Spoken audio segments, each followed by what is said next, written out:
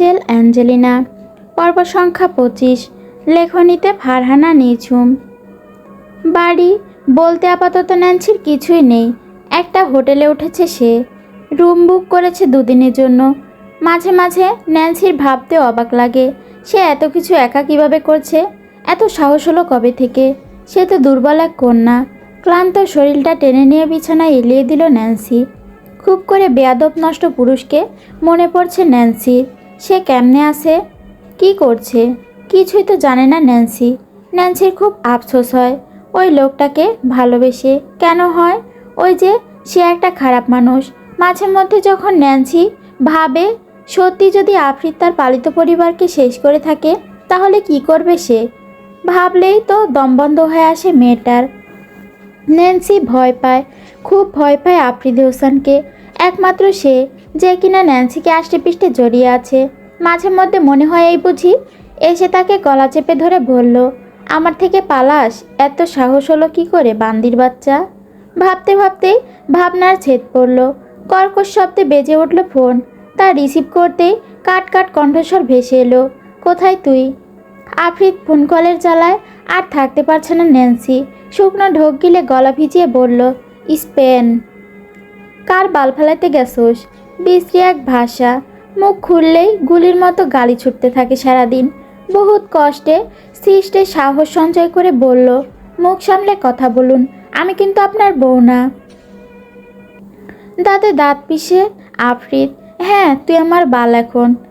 নিশ্চুপ ন্যান্সি। আফ্রিদ ওয়াইনের গ্লাসে চুমুক দিতেই মুখটা কেমন তেতো স্বাদ পেল। হঠাৎ কেটে গেছে তার প্রচণ্ড আগসালে। সে হবেই তো, আদরে বউটা যে কাছে নেই। যতই সে নজরদারি করুক, কাছে থেকে ছোঁয়া জড়িয়ে ধরা এগুলো তার করতে পারছে না। এটা সেই ভয়ঙ্কর আফ্রিদ নয় যে এক কোপে শেষ করত শত্রুকে। এটা অ্যাঞ্জেলিনা নামক রমণীকে ভালোবেসে এক মাসুম সত্তা। তিতলি সবে কফি বানিয়ে নিয়ে এসেছে, আর আফ্রিদের জন্য গ্রিন টি। ভাইয়া আপনার চা। আফ্রিদ হাত বাড়িয়ে চাটা নিয়ে নিল। ফোনের ওপাশে থাকা ন্যান্সি মৃদুস্বরে বলল, আমি আপনাকে ডিভোর্স দেব। আফ্রিদ মেজাজ হারাচ্ছে। এমনিতেই সে কাছে না থাকায় দিন দিন উন্মাদ হয়ে উঠেছে। এখন আবার এই সেমডি ডিভোর্সের কথা বলে। রাগান্বিত স্বরে বলল আফ্রিদ, হ্যাঁ তুই আমাকে বাল দিবি, আমি তোকে বাল দেব। বালের বালের বাল স্কোয়ার বানাবো বান্দির বাচ্চা। ন্যান্সি আর পারছে না টুক করে কলটা রেখে দিল। আফ্রিদ প্রচণ্ড বিরক্ত। চাটা খেলো না, উল্টো হন্তদন্ত পায়ে সিঁড়ি বেয়ে রুমের দিকে এগুতে লাগলো। আকস্মিক কল্পনায় সে দাঁড়ালো তার সামনে। আর ভাইয়া, ইলহামকে আনা খুব জরুরি কি? সে তো আপনাকে গুরুত্ব দিচ্ছে না। আফ্রিদ বাঁকা হেসে বলল, তোমাকেও তো এ বাড়িতে পেলে বসে শুধু শুধু টাকা নষ্ট, কারো কাজে আসছো না, মেরে গুম করে ফেলি। শরীরের লোমকূপ অব্দি কেঁপে উঠল কল্পনার। এই লোককে কিছু বলা যাবে না, বললেই পাপ। আফ্রিদ ধূপধাপ পা ফেলে ওপরে রুমের দিকে এগিয়ে গেল। কফির কাপটা ঈশানের দিকে দিতে দিতে তিতলি বলে ওঠে, আপনার কি কফি লাগবে ভাই? দাঁতে দাঁত পিষে ঈশান, কত বড় বেয়াদব এই মেয়ে। এই বেয়াদব, আমি তোমার ভাই? তিতলি 32 বাটি দাঁত বের করে হেসে উঠল, তাহলে কি জামাই লাগেন? থাপ্পড় দিয়ে সব দাঁতগুলো ফেলে দেব। বেয়াদব, বেশি বাড়াবাড়ি করছো। মুখ বাঁকিয়ে কফিটা নিয়ে চলে গেল তিতলি। লোকটা পাষণ্ড। বড় মায়া দেখিয়ে কফিটা এনেছিল, কিন্তু এখন আর দেবেই না। এই মুহূর্তে সে ইলহাম আপুকে ভীষণ মিস করছে। সে থাকলে ইচ্ছে মতো দুটো বসিয়ে দিত তাকে। নীলাদ্রি বেশ আয়েশ করে কাটছে, নিজের মতো গোডাউন সামলে নিচ্ছে। আফ্রিদ যেভাবে মর্গ থেকে লাশ এনে সেগুলোর মধ্যে ছোট ছোট অস্ত্র ড্রাগস পাচার করত, সেও সেগুলো এখন করছে। ইদানিং আফ্রিদ ন্যান্সিকে নিয়ে এতটাই ব্যস্ত যে গোডাউনে আসার সময় অবধি পায় না। তাতে অবশ্য নীলাদ্রির জন্য ভালোই হয়েছে। এদিকে সাব্বিরার আবার ভার্সিটিতে যাওয়া শুরু করেছে।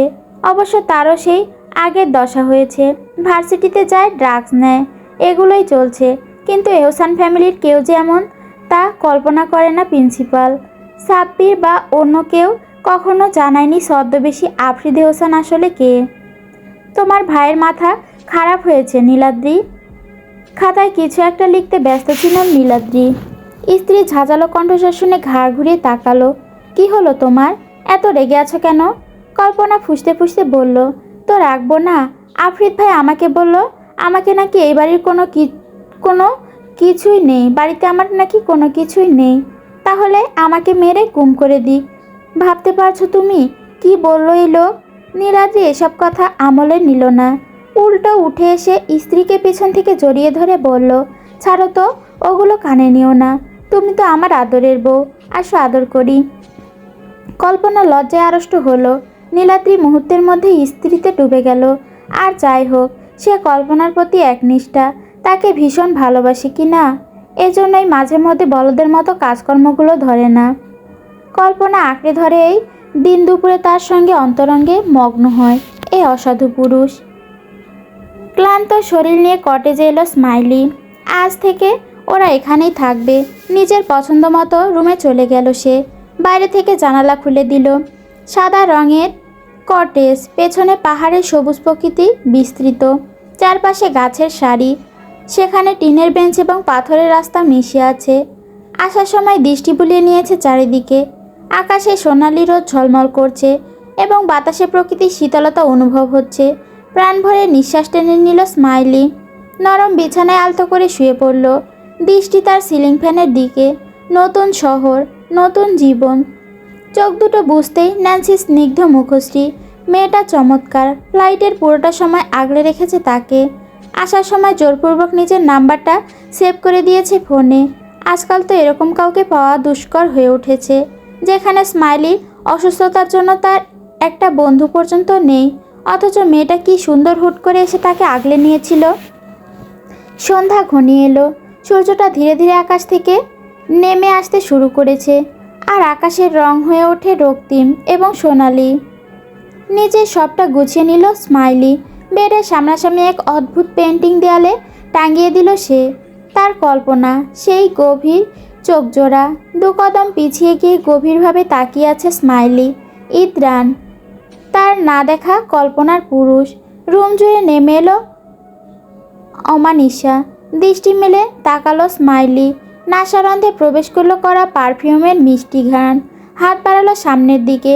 কাউকে স্পর্শ করেছে সে। কে? You charm princess. পুরুষটিকে ছুঁয়ে দিল স্মাইলি। শিউরে ওঠে তার সর্বাঙ্গ। আরও একটা হ্যালুসিনেশন কল্পনা। পিছিয়ে গেল স্মাইলি। টেনে নিল লম্বা নিঃশ্বাসে। একটুখানি স্বস্তির প্রয়োজন তার। আবারও কল্পনা দেখছে সে। এটা সে মানসিক রোগ হয়ে উঠেছে। উফ, তাকে বের হতে হবে। আবারও লম্বা নিঃশ্বাস টেনে নিল স্মাইলি। পিছন ফিরে নিরেট কণ্ঠে বলে ওঠে, আপনি আমার ভ্রম চার্ম, চলে যান আপনি। আমি কল্পনা করছি, এটা আমার হ্যালুসিনেশন। ক্ষীণস্বরে কেউ বলে ওঠে, আমি তোমার বাস্তবতা প্রিন্সেস দিশা। টাচ করে দেখো। না না, আমি দেখতে চাই না। চলে যান চার্ম। আমি কষ্ট পাচ্ছি খুব। নিজেকে মেন্টাল পেশেন্ট মনে হচ্ছে। আবারও ক্ষীণ হাসির শব্দ ভেসে এলো স্মাইলির কর্ণে। আমি তোমার অস্তিত্বে মিশে আছি প্রিন্সেস। আমি তোমার শিরায় শিরায় রন্ধে রন্ধে মিশে রয়েছি। তুমি চাইলেই আমার থেকে দূরে সরতে পারবে না। আমি তোমার কল্পনা, আমি তোমার বাস্তবতা প্রিন্সেস। না না না, আমি পাগল হয়ে যাচ্ছি। আমি আপনাকে ছুঁতে চাই। আপনি কি ভ্রম নাকি? ছুঁয়ে দেখো। স্মাইলি চেয়ে রইল ক্ষণকাল, অতঃপর ছোট ছোট কদম ফেলে এগিয়ে গেল সেই অবয়বের দিকে। আজকে চলার গতি খুব ধীর। সে হারাতে চায় না এই পুরুষকে। আপনি সত্যি আছেন? দেখো, এই তো আমি। হাত বাড়িয়ে দেয়া মাত্র টেনে ধরে স্মাইলি। মিলিয়ে গেল লুসিফার। জ্ঞান হারালো স্মাইলি। আবারও কি হ্যালুসিনেশন ছিল? ফ্লোরে লুটিয়ে থাকা স্মাইলিকে খুব যত্নে পাশ কোলে তুলে নিল পুরুষ। বেডে শুয়ে দেওয়া মাত্র কেউ ফিসফিসিয়ে বলল, আমি তোমার মানসিক রোগ হব প্রিন্সেস। এটা কি আবারও ভ্রম? কিছুটা অদ্ভুত কল্পনা যা বিষণ্ণতা বয়ে নিয়ে আসছে স্মাইলির জীবনে। আদতেও তা বিষণ্ণতা নাকি সুখের হাতছানি? Spain, Barcelona. নিজের কাজে বড় ব্যস্ত লুসিফার এলেন ইদ্রান। আকস্মিক একটা মেয়েকে দুজন লোক টেনে হেঁচড়ে ভেতরে নিয়ে এলো। ইভান সতর্ক কণ্ঠে বলল। প্যালেসের বাইরে দাঁড়িয়েছিল। তীক্ষ্ণ দৃষ্টিতে তাকালো ইদ্রান। তার চাহনিতে মানুষ ক্ষেপে ওঠে। ইভানকে ইশারা করতে মেয়েটাকে নিয়ে আসা হলো। ভেতরে পা রাখতেই ভ্রু কুঁচকে এলো ইদ্রানের। মেয়েটা পরেছে ঢিলেঢালা ধূসর রঙের জিন্স, যেখানে ছেঁড়া ও ফাটা নকশা পুরো প্যান্ট জুড়ে স্পষ্ট। সেই ছেঁড়া অংশ দিয়ে কালো জালের আস্তর ভেতর থেকে উকি দিচ্ছে, যেন ইচ্ছে করেই অসম্পূর্ণতায় এক ধরনের আকর্ষণ সৃষ্টি করা হয়েছে। উপরে রয়েছে কালো প্রিন্টের টি শার্টের কোমর থেকে নিচের দিকে কালো লেস ঝুলে পড়েছে। পায়ে সাদা স্পোর্টস জুতো। ছাড়ুন আমায়, টাচ করা এলাও নয়। কোন সাহসে আমায় ছুঁয়েছে এরা? ইদ্রান ইঙ্গিত করতে গার্ডগুলো ছেড়ে দিল মেয়েটাকে। ইদ্রান দুহাত ভাঁজ করে বলল, ইলহাম ন্যান্সি অ্যাঞ্জেলিনা ওরফে আফ্রিদি হোসেনের জানকি বাচ্চা, এখানে কি করছো? চমকে উঠল ন্যান্সি। থমকে গেল সময়। এই লোকটা তাকে চিনল কিভাবে? তবে কি ন্যান্সি যা ভেবেছিল তাই? আফ্রিদা ইদ্রান একে অপরের বন্ধু? যদি বন্ধুই হয় তাহলে তাদের মধ্যে এত ঝগড়া কেন? ফোঁস করে নিঃশ্বাস ছাড়ল ন্যান্সি। মৃদুস্বরে বলল, লুসিফার এলেন ইদ্রান ওরফে LAB। আফ্রিদ এহসানের দোস্ত নাকি দুশ্মন? ওষ্ঠ বাঁকিয়ে চমৎকার হাসল ইদ্রান। আফ্রিদ এহসানের ওয়াইফ একদম তার মতো। ওই যে আফ্রিদ সবসময় বলতো আমার বাঘিনী, আসলে ঠিকই বলতো, নয়তো এই মেয়ের এত সাহস এলো LBকে প্রশ্ন করে। I like your attitude, Nancy ভাবলেশীনভাবে বলল। আফ্রিদ এহসানের ওয়াইফ বলে কথা। হেসে ফেলল ইদ্রান। ন্যান্সি ঠেস দিয়ে কথাগুলো শুনে উঠে টেবিলে হেলান দিয়ে দাঁড়াতে দাঁড়াতে বলল, এখানে আসার কারণ? ন্যান্সি মৃদুস্বরে বলল, সেটা তো বলা সম্ভব নয়, আগে জানতে হবে আপনি আসলে কে। ইদ্রান তীক্ষ্ণ দৃষ্টিতে তাকালো ন্যান্সির দিকে। যদি না বলি? বাই দ্য ওয়ে, তুমি কিন্তু আমার পার্সেলে একা আছো। আই থিঙ্ক তোমার ভয় পাওয়া উচিত। ন্যান্সি সামান্য হাসলো। হেসে হেসে দুহাত প্যান্টের পকেটে ভরে টান টান ভঙ্গিতে দাঁড়ালো। ভয় পায় না। যতদূর জানি আফ্রিদি হোসেন দিনে 24 ঘন্টা আমার ওপর নজর রাখছে। আমার যদি কিছু হয় তাহলে আপনাকে ছাড়বে না সে। ইদ্রান ঘাড় বাঁকালো। চোয়াল শক্ত হয়ে এলো তার। ধারালো কণ্ঠে বলল, ভয় দেখাচ্ছ? হেসে ফেলল ন্যান্সি। আফ্রিদ আপনার শত্রু নাকি মিত্র? ইদ্রান মুখ কুঁচকে নিল। ন্যান্সির প্রশ্নে জবাব দেওয়ার প্রয়োজন বোধ করল না। উল্টো বলল, এই মুহূর্তে তোমাকে শেষ করে দিলে? ন্যান্সি কিশ্চিত ভয় পেল। পরক্ষণেই ভয়টা চেপে বলল, মারবেন না, কারণ আফ্রিদের ভাষ্যমতে এই দেহে একটা ফুলের টোকা লাগলেও সব কিছু ধ্বংস করে দেবে। আর আমার মনে হয় না আপনি আমার সাথে পেরে উঠবেন।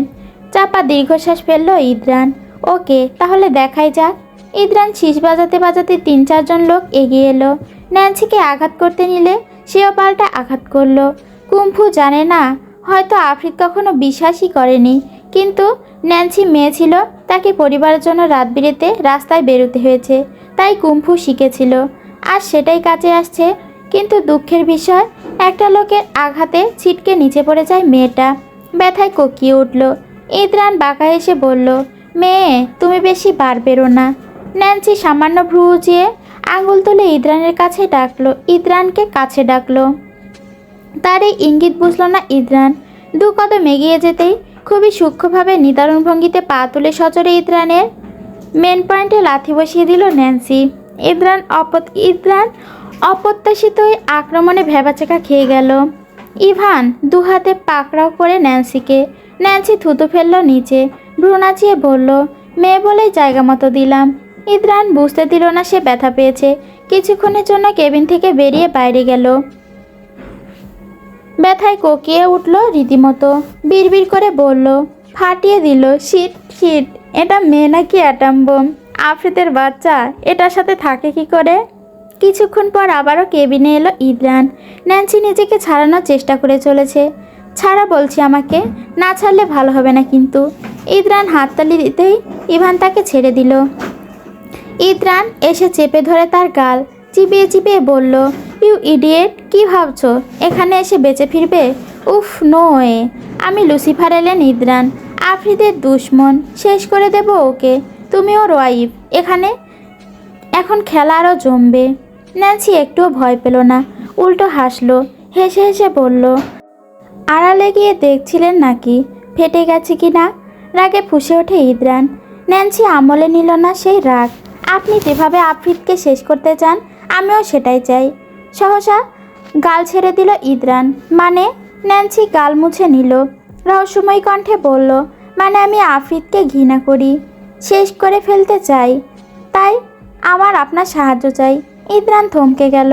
ন্যান্সি বলল, তাকে কিভাবে? আফ্রিদ তার পরিবার শেষ করেছে, কিন্তু চেপে গেল সেই সায়েন্টিস্টের ছবি পেয়েছে সেগুলো। আর এটা বলল না আফ্রিদ আদতেও পরিবারকে শেষ করেছে কিনা সেটা নিয়ে সন্দিহান ন্যান্সি। তোমার কেন মনে হচ্ছে আমি তোমাকে সাহায্য করব? আদারওয়াইজ তুমি আমার শত্রুর বউ হও। ন্যান্সি অদ্ভুত ভঙ্গিতে বলে ওঠে, করবেন, কারণ এই মুহূর্তে আমি হচ্ছে আপনার ট্রাম্প কার্ড। নিজের শত্রুর দুর্বলতাকে হাতের মুঠোয় পেয়েও ছেড়ে দিবেন? আমার মনে হয় না এতটা বোকা আপনি। বাই দ্য ওয়ে, বলবেন না আফ্রিদের সাথে আপনার কিসের শত্রুতা? আপনার ছবি দেখেছি আমি। ইদ্রান মাথা ধুলিয়ে আনমনা বলে ওঠে, আরে কিছু মিছু। ন্যান্সি শুনতে পেল না তার কথা। ইদ্রান সবটা শুনে ভাবুক হলো। ন্যান্সিকে এতটা সহজে কি বিশ্বাস করা উচিত হবে? অবশ্য মেয়েটা ভীষণ চালাক। অতঃপর কিছু একটা ভেবে বলল, ওকে ফাইন, তোমাকে আমি একটা ফ্ল্যাটের ব্যবস্থা করে দিচ্ছি, সেখানেই থাকবে। ন্যান্সি মনে মনে নিশ্চিত হলো বটে, এখনও হাত কাঁপছে তার। সে ভেবেছিল হয়তো ভুল করেছে, সরাসরি ইদ্রানের কাছে এসেছে। লুসিফার এলেন ইদ্রান নৈশব্দে বাইরের দিকে পা বাড়ায়। আকস্মিক ন্যান্সি বলে ওঠে, স্মাইলি প্রিন্সেস তৃষা। পা জোড়া থেমে গেল ইদ্রানের। অফিস রুমের দেয়ালে বড় করে টাঙানো স্মাইলির ছবিটা। তুমি ওকে চেনো? ন্যান্সি নির্দ্বিধায় বলে, হ্যাঁ, আমরা একই ফ্লাইটে এসেছি। ভ্রু কুঁচকে এলো ইদ্রানের। স্মাইলি বাংলাদেশ চলে এসেছে? ন্যান্সি চোখ মুখ খিচিয়ে নিয়ে শুধোয়, স্মাইলি কি হয় আপনার? ইদ্রান ব্যঙ্গ করে বলল, প্রিন্স চার্মের প্রিন্সেস। আফ্রিদের মতো মাতারি না। রাগে ফুঁসে ওঠে ন্যান্সি। কিছু বলতে নিয়েও বলল না। রাগটা সংযম করে শান্ত কণ্ঠে বলল, আমার ট্রেনিংয়ের প্রয়োজন আছে, যেমন রিভলভার চালানো, ফাইটিং স্কিল এগুলো। আরেক দফা চমকে ওঠে ইদ্রান। সন্দিহান কণ্ঠে শুধোয়, উদ্দেশ্য কি তোমার? ন্যান্সি বাঁকা হেসে বলল, আফ্রিদকে শেষ করা। মধ্যরাতে রাস্তার মাঝখানে বসে একের পর এক সিগারেট শেষ করে চলেছে আফ্রিদে হোসেন। নিঃশ্বাস যেন আটকে আছে তার। অদূরে দাঁড়িয়ে সবটা দেখছে ঈশান। এতটা অসহায় তার বস। ইলহাম, ন্যান্সি, অ্যাঞ্জেলিনা বুঝলো না, একটুও বুঝলো না। পুরো রাস্তা খালি। অবশেষে বড় বড় গাছপালা মাথা উঁচু করে দাঁড়িয়ে আছে। দূরে একটা চায়ের দোকানে এফএম রেডিওতে বেজে বেজে উঠছে, রাতে চাঁদের আলো ঝরে বন্ধু তোমারও ঘরে, হায় আলো যে জ্বলে না আমি একলা আধারে, বন্ধু বিরতিতে না আমি খুঁজি তোমারে, তুমি কোথায় আছো কোথায়, দেখা যাও আমারে। আফ্রিদ হেসে ফেলল। হাত পা ছাড়িয়ে লম্বা হয়ে শুয়ে পড়ে রাস্তার মাঝখানে। ঈশান চেয়েও যায় না তাকে আটকাতে। প্যান্টের পকেট থেকে বের করে আনে ফোনটা। আফ্রিদ বিলাপ করছে। শুধু ফোনটা নিয়ে গিয়ে তার ঠিক পাশে রেখে দিল ইদ্রান। ও পাশে রমণী ক্রুদ্ধ হাতে ফোনটা রিসিভ করতেই শুনতে পেল আকুল ভরা কণ্ঠ, মিস ইউ বান্দি, আই লাভ ইউ বান্দি, হেইট ইউ জানকি বাচ্চা, I need you Bradley right now ইয়ার, fuck you again and again. আমি তোকে একটুও ভালোবাসি না, তুই ছলনাময়ী, এভাবে পালিয়ে গেলি ইয়ার। অষ্টচোরা ফাঁক হয়ে এলো ন্যান্সির। আপাতত সে ইদ্রানের সেই ফ্ল্যাটে আসে। ন্যান্সি বুঝে উঠতে পারে না আফ্রিদ কোথা থেকে তার নাম্বার পায়। খুব বেশি প্রয়োজন না হলে ন্যান্সির ফোনই ব্যবহার করতো না। আফ্রিদ, হুড়মুড়িয়ে উঠে বসলো আফ্রিদ। ফোনটা তুলে নিল। শালি, ইদ্রানের থেকে দূরে থাক, নইলে জান কামড়ে খেয়ে ফেলবো। ভ্রুদয় সামান্য কুঁচকে এলো ন্যান্সির। বুঝলো না আফ্রিদ কিভাবে জানলো সে ইদ্রানের কাছে আছে। সন্দিগ্ধ কণ্ঠে শুধোয়, আপনি কিভাবে জানলেন আমি? আফ্রিদ একগাল হেসে আওড়ালো, তোর এ টু জেড আমি সব জানি, বোকাবান্দি। ন্যান্সি ভাবলেশীনভাবে সোফায় গিয়ে বসলো। বিরক্তিকর কণ্ঠে বলল, থাকবো না দূরে, কাছে যাব, খুব কাছে যাব, আটকে দেখান। সারাদিন ক্লান্তি দূর করতে অসভ্য নষ্ট পুরুষকে খোঁচা দিল ন্যান্সি। আফ্রিদ ভীষণ ক্লান্ত, ব্যাকুল কণ্ঠে বলে ওঠে, যাবি না তুই? আবারও রাস্তার মাঝখানে লম্বা হয়ে শুয়ে পড়ল আফ্রিদ। গেলে কি করবেন আপনি? দ্বিতীয়বারের মতো বাসর করব। অজান্তেই হেসে ফেলল ন্যান্সি। আকস্মিক আফ্রিদ বলে ওঠে, তুই হাসলি? ন্যান্সি আমতামতা করে বলল, না তো। আফ্রিদ বুকে হাত রাখল, আবদারের সহিত বলল, I need you best bad touch, পিঠে অসংখ্য নখের আঁচড় আছে। I want it again. লজ্জায় অসহায় মুখ করে নিল ন্যান্সি। আফ্রিদ কেন এমন? এত দূরে থাকা সত্ত্বেও মনে হচ্ছে গা ঘেঁষে দাঁড়িয়ে আছে, কানের লতিতে স্পর্শ করে কথাগুলো বলছে। মানব স্পটে ভেসে এলো সেই রাজনীতি ঘটে যাওয়া মধুর দৃশ্যগুলো, সেই দৃশ্যগুলো যা ন্যান্সি আফ্রিদের সঙ্গে কাটিয়েছে। ন্যান্সি কিরমিরিয়ে বলে ওঠে, আমি কিন্তু আর আপনার লাইফ পার্টনার নই। হেসে ফেলল আফ্রিদ, তাহলে বেড পার্টনার। চোয়াল ঝুলে এলো ন্যান্সির, অসভ্য লোকতাকার। তুই আসলেই লুচ্চা। আফ্রিদ ঠোঁট কামড়ে হেসে ওঠে। টু মাস। ন্যান্সি রেগেমেগে চিৎকার করে বলল, আমি আপনাকে ছাড়বো না Afrid, I will kill you. Afrid গা দুলিয়ে হেসে উঠল। হাসতে হাসতে বারংবার উল্টোপাল্টা হচ্ছে। তার হাসিতে আহাম্মক বনে গেল ঈশান। গালি খেয়ে একটা মানুষ এভাবে হাসতে পারে? ন্যান্সির জায়গায় যদি তিতলি হতো তাহলে সে চড়িয়ে দাঁত ফেলে দিত। প্লিজ কিল মি জান, তুই আমাকে তাড়াতাড়ি মেরে দে, নয়তো আমি তোকে মেরে দেব। একটু থেমে আফ্রিদ নিচু স্বরে, শুধুমাত্র ন্যান্সি শুনবে এমন টুন করে বলল, এভাবে সেভাবে নয়, একদম বেডে চেপে ধরে নিঃশেষ করে দেব। টুং টুং শব্দে ফোনটা কেটে গেল আফ্রিদের। ঠোঁটের কোণে বাক্কা হাসি খেলে গেল ন্যান্সির।